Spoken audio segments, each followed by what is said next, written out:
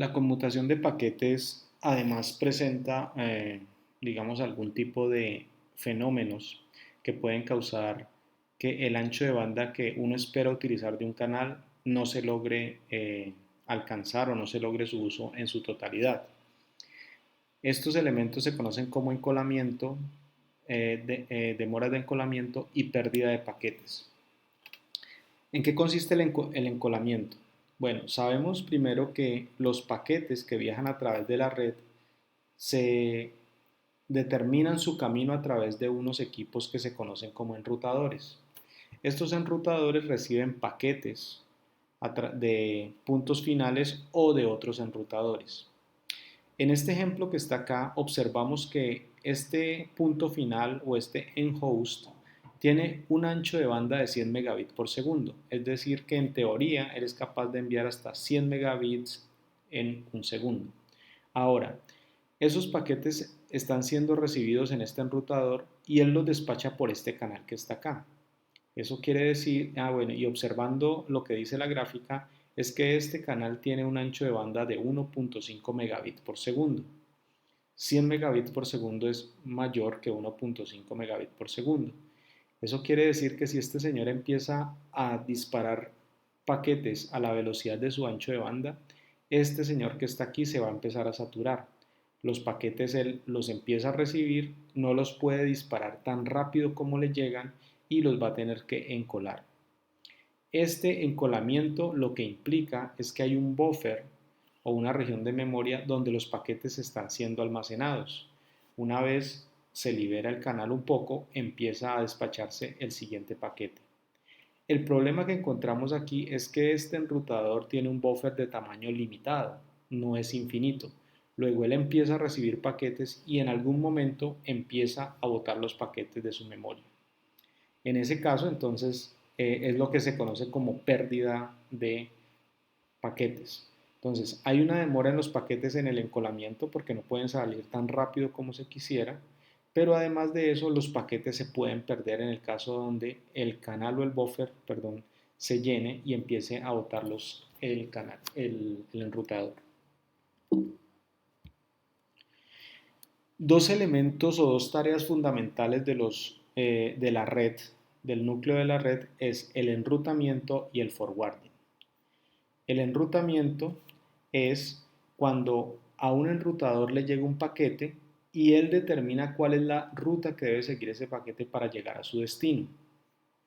Si quisiéramos verlo de alguna forma, es que eh, hay una tabla donde me dice, dependiendo del destino del paquete, ¿sí? Dependiendo del número que me identifica el destino del paquete, yo lo envío por un cierto enlace. Entonces, en este enrutador en particular, él va a recibir un paquete que, por ejemplo, tenga como destino el número 0101, que esto viene siendo alrededor de 5, y él va a decir, si un paquete tiene en su encabezado el valor de 5, lo vamos a enviar por el canal 2, ¿correcto? Eh,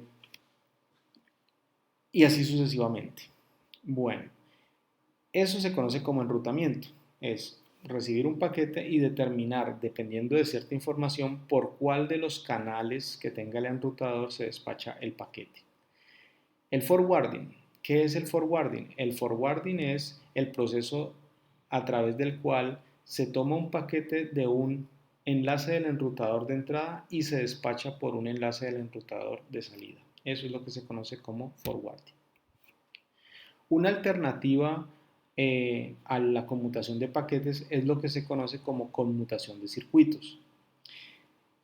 Una característica de la conmutación de circuitos es que si este señor que está acá, este enhost, se quiere comunicar con este enhost de acá, primero tiene que establecer una comunicación, tiene que establecer un canal que permita establecer el envío de datos entre el origen y el destino.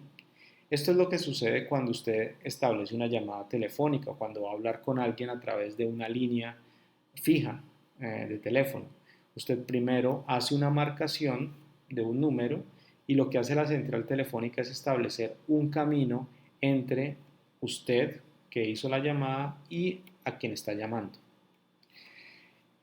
Un problema que tiene este enfoque es que primero se tiene que establecer ese canal para poder transmitir los datos. Cuando hay conmutación de paquetes, no es necesario establecer un canal de comunicación para empezar a transmitir los datos. Si utilizo conmutación de circuitos, sí necesito establecer un circuito virtual entre el origen y el destino para comenzar a transmitir datos. Otro problema que tiene la conmutación de circuitos es que el canal va a estar dedicado a la comunicación de estas partes independiente si las dos partes están transmitiendo o no datos. Luego puede existir una subutilización del canal. Este esquema se utiliza mucho en las redes telefónicas convencionales, como lo he mencionado, y es una posibilidad o una alternativa a la conmutación de paquetes. Para lograr un uso más eficiente de los canales, la conmutación de circuitos puede utilizar algo que se conoce como la multiplexación por división de frecuencia o la multiplexación por división en el tiempo. Vamos a ver cada uno de ellos. Imagínense este canal de comunicación que tiene este ancho de banda. Este eje que está acá me denota la frecuencia y este eje de acá me denota el tiempo. Entonces, imaginémonos que tenemos 4 usuarios y lo que hacemos entonces es dividir el canal en 4 partes, de modo que cada parte pueda ser utilizada por un usuario. Como observamos aquí, esto está dividido sobre el eje de la frecuencia. Entonces, lo que vamos a hacer es que cada canal va a tener o va a ser dedicado a un usuario. Entonces, un usuario utiliza este rango de frecuencias para transmitir sus datos. El usuario verde utiliza este rango de frecuencias para transmitir sus datos. El usuario amarillo utiliza esta frecuencia amarilla o esta zona amarilla para transmitir sus datos y así sucesivamente. El otro esquema es la conmutación por división de tiempo. Entonces, en este esquema de acá, lo que vamos a hacer es, vamos a dar slots o bloques de tiempo en los cuales cada usuario puede usar toda la frecuencia. Entonces, si lo vemos, arrancamos con el azul, le damos todo el ancho de banda para que transmita datos. Cuando se le acaba ese lapso de tiempo, entonces seguimos con el verde, luego seguimos con el amarillo, luego con el fucsia y repetimos sucesivamente. Puede suceder que internamente en la multiplexación por división de frecuencia el usuario pueda utilizar su canal para no solamente, por ejemplo, para descargar películas, sino que también lo utiliza para chatear o navegar y entonces él puede particionar incluso su frecuencia para utilizar ese canal para más de una aplicación. Lo mismo puede suceder con la multiplexación por división de tiempo. En particular, uno puede pensar que la conmutación de paquetes es más eficiente o es mejor que la conmutación de circuitos. La realidad es que funciona la conmutación de paquetes muy bien cuando uno está enviando ráfagas de datos.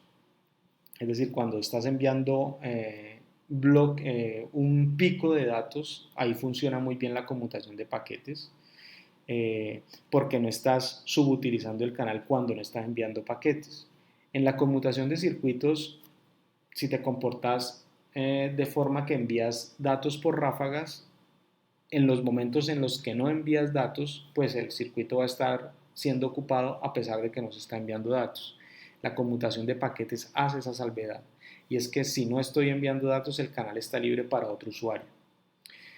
Otro esquema interesante es que la conmutación de paquetes no establece o no necesita establecer un canal de comunicación entre el origen y el destino para poder transmitir los datos. Algo que sí puede pasar en la conmutación de paquetes es que haya una congestión excesiva y si muchos usuarios están tratando de usar el canal pueden congestionarlo.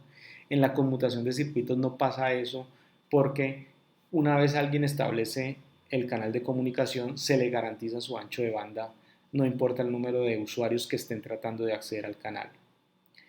Una dificultad que tiene la conmutación de paquetes es que es muy difícil garantizar, por ejemplo, un ancho de banda para transmitir aplicaciones de audio y video que necesitan un ancho de banda constante para poder funcionar de forma adecuada.